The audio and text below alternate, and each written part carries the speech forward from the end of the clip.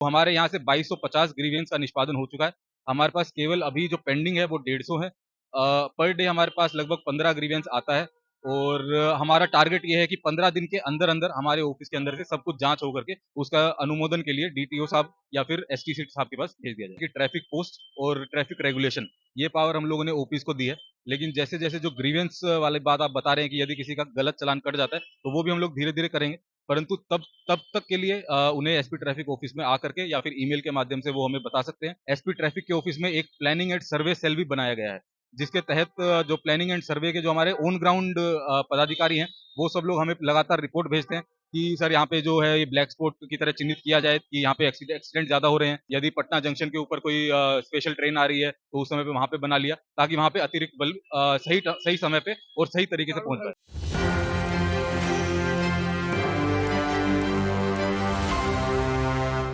नमस्कार, आप देख रहे हैं एक 24 में आपके साथ राहुल यादव। देखिए, अभी हमारी मौजूदगी करबीघईया मीठापुर मोड़ पे है और यहाँ आज एक ट्रैफिक ओपी का उद्घाटन किया गया है। मैं आपको बता दूं कि अभी तक 12 ओपी है, जिसमें एक मीठापुर करबीघईया मोड़ वाला ओपी है। इस ओपी का मतलब होता है कि अगर आपको कोई समस्या हो गया ट्रैफिक को लेकर, तो आपको ट्रैफिक एसपी ऑफिस जाने से अच्छा है कि आप इस ओपी में आइए। यहाँ पे एक पुलिस वाले हमेशा मौजूद रहेंगे, आपकी समस्या को नोट करेंगे। अभी कुछ देर पहले इस ओपी का उद्घाटन पटना के जो ट्रैफिक एसपी है अपराजित लोहान सर के द्वारा किया गया। बाकी अपराजित लोहान सर जो पटना के ट्रैफिक एसपी क्या कुछ करे, पहले आप वीडियो में सुनिए। सर, सबसे पहले ये बताइए, जो ये ओपी खुला है, तो ये किस तरह से बिहार में काम करेगा, पटना में किस तरह से काम करेगा? देखिए, इसके अंदर पहले किसी भी ओपी का एक क्षेत्र अधिकार होता है। जैसे फॉर एग्जांपल अगर मीठापुर यातायात ओपी है, तो यहाँ पे लगभग 12 ट्रैफिक चेक पोस्ट हमारे कार्यरत हैं। पहले वो सिस्टम जो था वो पूरा सेंट्रलाइज़ था। एसपी ट्रैफिक के माध्यम से यहाँ पे पोस्टिंग होती थी, उसी हिसाब से यदि किसी को कंप्लेंट करना होता था, तो उसको भी इतनी दूर चल करके एसपी ट्रैफिक के ऑफिस में आना पड़ता था। अभी जो ये ओपी हम लोगों ने बना दिया है, तो इसके लिए जो लोकल आम जनता है, उनकी रीच ट्रैफिक पुलिस के साथ में और ज़्यादा बढ़ेगी। यहाँ पे लगातार हमारा एक आदमी बना रहेगा, जिसके पास में वो आकर के कंप्लेंट कर सकते हैं। जो हमारे यहाँ पे ओपी प्रभारी हैं, एडिशनल ओपी प्रभारी हैं, वो सब लोग भी यहाँ पे लगातार गश्ती में रहते हैं, तो उन्हें लोकल एरिया के बारे में और ज़्यादा जानकारी है, कौन से प्रेशर पॉइंट्स हैं, किस समय पे क्या दिक्कत होती है। उसी तरीके से जो उनके अधीन फोर्स है, वो उसको मोबिलाइज़ कर सकते हैं। साथ ही साथ यहाँ पे 2 सेक्टर बनाए गए हैं, हर सेक्टर के अंदर 2 सेक्टर पदाधिकारी हैं। सभी लोगों को हमने बाइक उपलब्ध कराई है, ताकि वो लोग भी ट्रैफिक के साथ में, क्योंकि ट्रैफिक गतिशील है, उसको समझना बड़ा बाहर से देख के लगता है कि बड़ा आसान है, लेकिन जब तक आप गतिशील होकर के ये नहीं समझते हैं कि किस कारण से जाम है, तब तक आप वहाँ पे 100 आदमी भी लगा देंगे तो वो उसका उपाय नहीं हो पाता है। तो इसलिए सेक्टर पदाधिकारी भी वहाँ पे मूवमेंट में रह करके अपने प्रेशर पॉइंट्स को चिन्हित कर सकते हैं। यदि फॉर एग्जांपल कभी स्कूल की छुट्टी हो रही है 2 बजे, तो अपने स्कूल पे जाकर के उन्होंने अपना लोकेशन बना लिया। यदि पटना जंक्शन के ऊपर कोई स्पेशल ट्रेन आ रही है, तो उस समय पे वहाँ पे बना लिया, ताकि वहाँ पे अतिरिक्त बल सही समय पे और सही तरीके से पहुँच पाए, कर पाए। बिल्कुल। सर, चालान को लेकर आम लोगों में बहुत बड़ी समस्या होती है।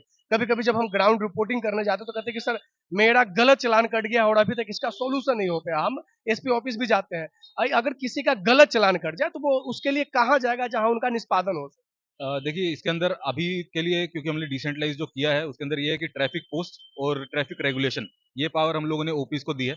लेकिन जैसे-जैसे जो ग्रीवेंस वाली बात आप बता रहे हैं कि यदि किसी का गलत चालान कट जाता है, तो वो भी हम लोग धीरे-धीरे करेंगे। परंतु तब तब तक के लिए उन्हें एसपी ट्रैफिक ऑफिस में आकर के या फिर ईमेल के माध्यम से वो हमें बता सकते हैं।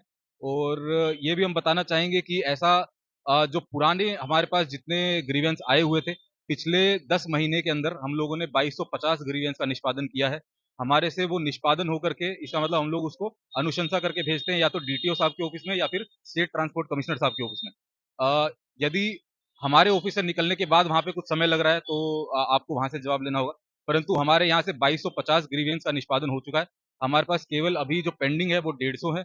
पर डे हमारे पास लगभग 15 ग्रीवेंस आता है और हमारा टारगेट ये है कि 15 दिन के अंदर-अंदर हमारे ऑफिस के अंदर से सब कुछ जाँच हो करके उसका अनुमोदन के लिए डीटीओ साहब या फिर एसटी सीट साहब के पास भेज दिया जाए।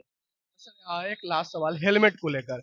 लोगों में हेलमेट को लेकर जागरूकता तो अब नहीं देखने को नहीं मिलता है सर। क्योंकि हमने ग्राउंड रिपोर्ट में देखा है कि जहाँ पुलिस को देखते हैं, वो खुद से लगा लेते हैं, फिर पुलिस साइड हो जाते हैं, वो भी हटा लेते हैं।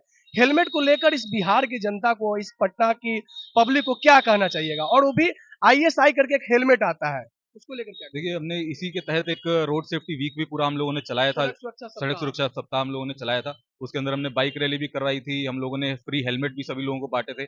उन लोगों को हमने ये भी बताया था कि भई जो आप हेलमेट पहन रहे हैं वो आपकी सुरक्षा के लिए है, ताकि आप, आपके घर परिवार सब लोग सुरक्षित रहें। उसके लिए केवल 100-200 रुपए, 500 रुपए के चालान के बचने के लिए आप लोग हेलमेट मत पहनिए, अपनी सुरक्षा के लिए पहनिए।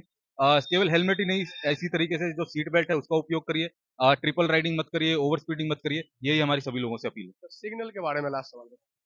देखिए जो सिग्नल है ट्रैफिक पुलिस के द्वारा सब जगह पे ये स्मार्ट सिटी को लगातार प्रपोजल भेजा जाता है कि यहाँ पे हमें ट्रैफिक सिग्नल की जरूरत है।